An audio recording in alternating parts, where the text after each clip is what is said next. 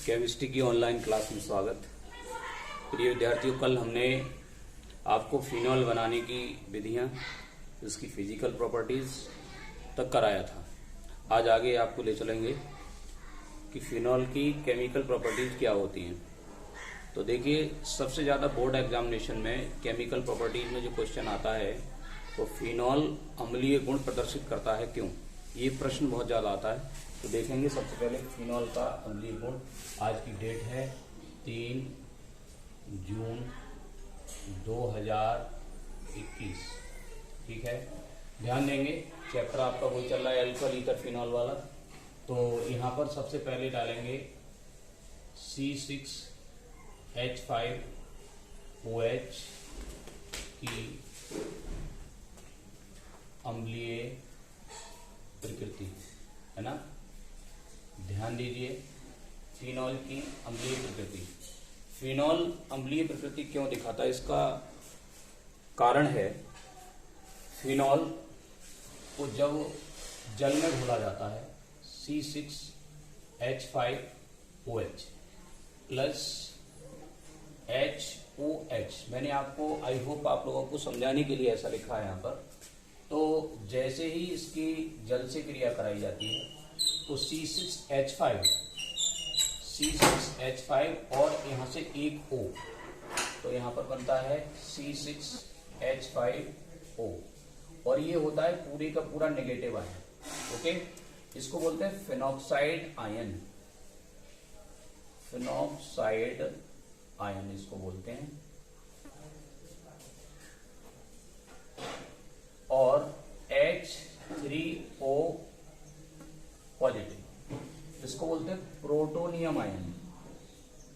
Protonium ion जैसे ही जल में इसको घोला जाता है तो प्रोटोनियम आयन उत्पन्न हो जाता है, जिसमें ये प्रोटोनियम आयन उपस्थित होता है वह विलयन अम्लीय प्रकृति का होता है। दूसरी बात, इसका दूसरा कारण है, नंबर 1 ये हो गया। नंबर 2, दूसरा कारण इसका ये है कि ये नीले लिटमस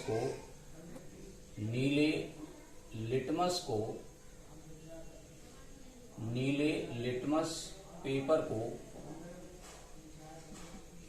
लाल कर देता है। नीले लिटमस पेपर को लाल कर देता है। ठीक है, नीले लिटमस पेपर को लाल कर देता है। तीसरी बात इसकी यह है कि इसका जो विलेयता गुणनफल होता है वो 1 × 1 × 10⁻⁻10 होता है।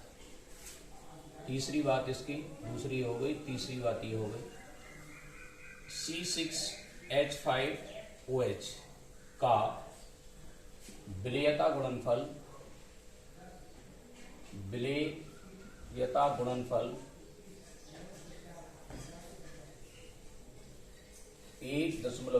× 10⁻10 होता है।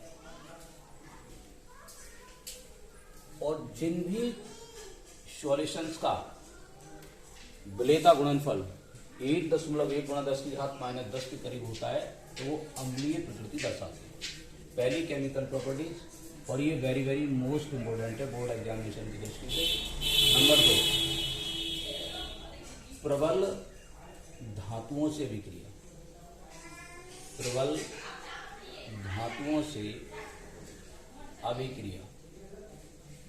प्रबल धातुओं कौन सी होती हैं?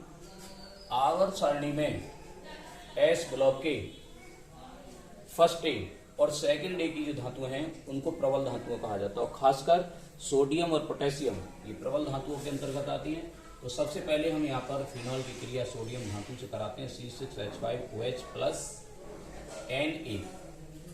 जैसे इससे कराएंगे तो जैसे ही इससे, अब ये कैसे होती है रिएक्शन, जरा समझ लीजिए इस बात को।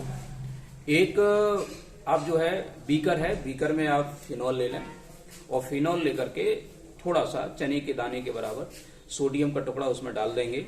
तो जैसे ही फिनॉल के सॉल्यूशन में सोडियम का टुकड़ा डालेंगे तो सोडियम फिनॉक्साइड बनेगा। क्या फॉर्मूला होगा? C6H5ONA। ये इसका नाम है सोडियम फिनॉक्साइड। Sodium phenoxide.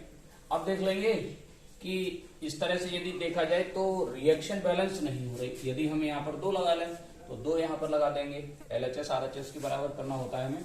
तो जरा देख लेंगे, सोडियम यहाँ अनबैलेंस है तो सोडियम के आगे भी 2 लगा लेंगे, इधर हम प्लस में H2 लिख देंगे। ये हाइड्रोजन गैस आपकी रिमूव हो जाएगी।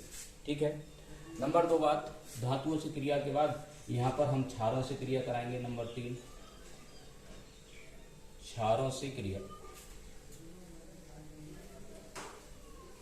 क्षारों से क्रिया, देखिए क्षार भी आपके जो होते हैं वो इन धातुओं के जो प्रबल धातुएं होती हैं इनका जलीय विलयन यदि बनाया जाता है तो क्षार बन जाते हैं, जैसे NaOH sodium hydroxide, KOH potassium hydroxide. तो यहाँ पे मैं NaOH से क्रिया करा रहा हूँ, जरा देखिए फिनॉल की C6H5OH, ये आपका फिनॉल होता है। और फिनॉल की क्रिया यदि NaOH से करा दी जाए यहाँ पर, तो NaOH से जैसे क्रिया कराते हैं तो देखिए C6H5ONa, वही सोडियम फिनॉक्साइड बनेगा C6H5ONa, C6H5ONa। ध्यानपूर्वक देख लीजिए, मैं एक बार मार्क करके बता देता हूं आपको।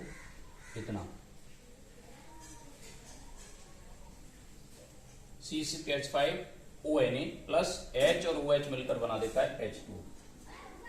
ये जल का सूत्र होता है, इसका नाम होता है सोडियम फिनॉक्साइड। ओके, ध्यान रखना है। अगला नंबर 4 वेरी मोस्ट इंपोर्टेंट, क्या होता है जब फिनॉल की अभिक्रिया जिंक चूर्ण से कराई जाती है, बहुत इंपोर्टेंट रिएक्शन है। तो Zn से क्रिया, Zn से क्रिया और जिंक से क्रिया होती है तब क्या बनती है, बेंजीन बनती है। C6H5OH की क्रिया यदि हम किससे करा दें, Zn से करा दें, ये जिंक चूर्ण होता है। फिनॉल की विलयन में यदि जिंक का चूर्ण डाल देंगे, हल्का से इसको बॉयल कर देंगे।